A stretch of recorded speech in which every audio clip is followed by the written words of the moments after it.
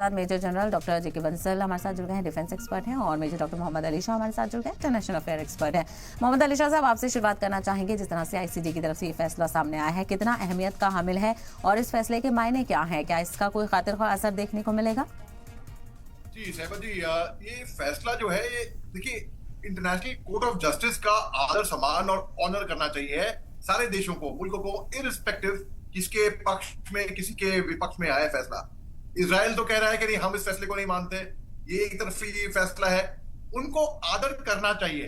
अब international court of justice कहें तो बहुत पावर है और कहें तो पावर नहीं भी है, तो कहें तो टूथलेस टाइगर भी है। लेकिन टूथलेस टाइगर भी देख के डर लगता है। अगर एक शेर हो और शेर के पंजे नहीं है, दांत नहीं है, लेकिन दूर से दिखेगा शेर, तो वहीं पे एक खौफ पैदा होएगा, एक मालूम होगा कि ऑरा होगा शेर का, और हालांकि वो शेर कुछ कर नहीं पाएगा।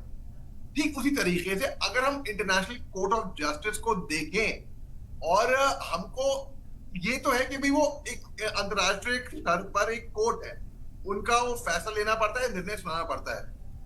उन्होंने बोला है कि इजराइल ने जो फलस्तीन के जमीन पे कब्जा करा है वो इलीगल है।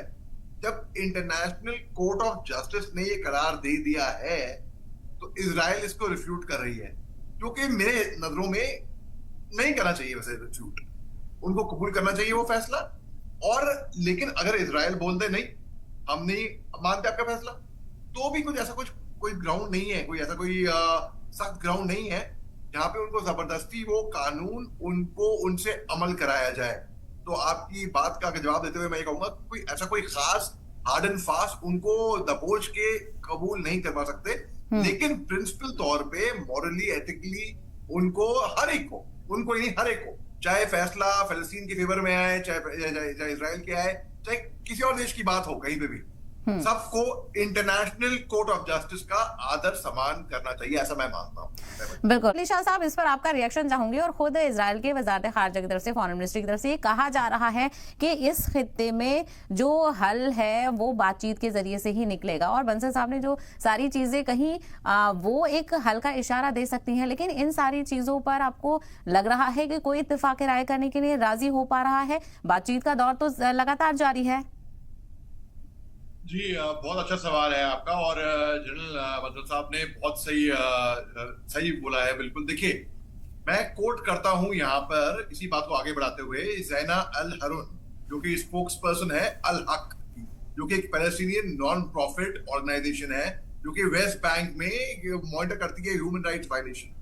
उन्होंने प्रीवियस आईसीजे रूलिंग के बारे में बात करी थी और ये कहा था 2004 का जो एडवाइजरी ओपिनियन थी जो कि इजराइल के ऊपर थी, वो अब तक इस पे कोई अमल हुआ ही नहीं है इस पे।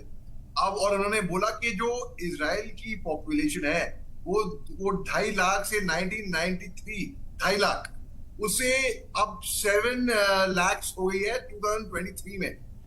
तो काफी रफ्तार से इनकी पॉपुलेशन इनके टेरिटरी में बढ़ी है। अब उन्होंने बोला है कि आईसीजे का जो फैसला है, ये जैसे कि जनरल साहब ने बताया बिल्कुल, कि ये कुछ मायने नहीं रखता है जब तक हर कोई इस पे अमल ना करे।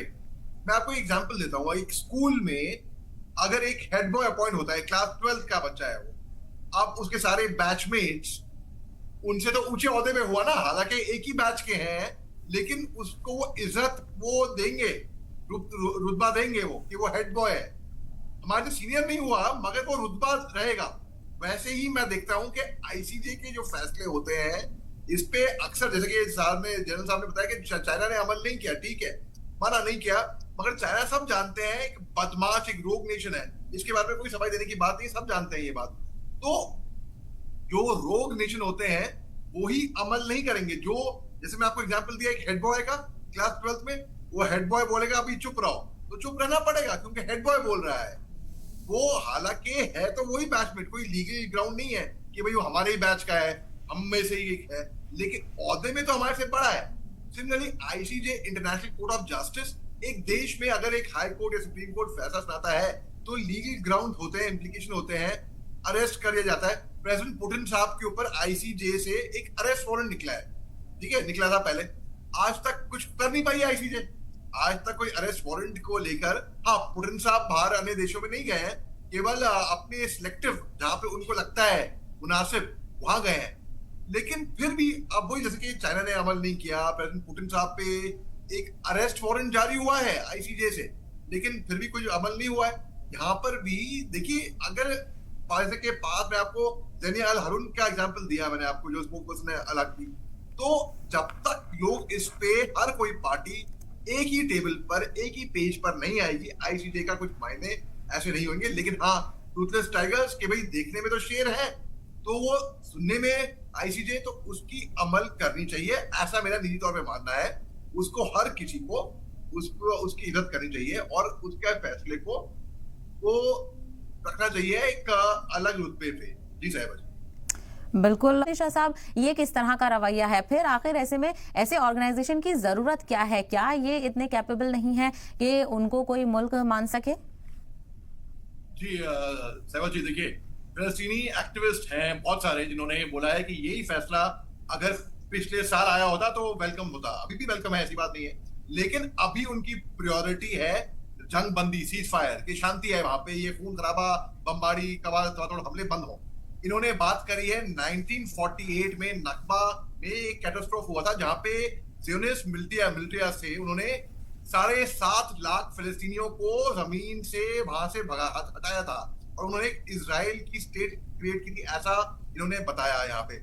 और डायना बट्टू एक पैलेस्टीनियन लीगल एक्सपर्ट है, जिन्होंने कहा था कि वो चाहती थी कि आईसीजे रेफर करती नकबा के बारे में, हाईलाइट्स उसके बारे में, मगर वो हिस्टोरिक पैटर्न जो इजराइल का बिहेवियर था उस ऑक्यूपाइड टेरिटरी में, उसकी रेफरेंस इन्होंने कई एक्टिविस्ट ने यहाँ पर दी थी 1948 की।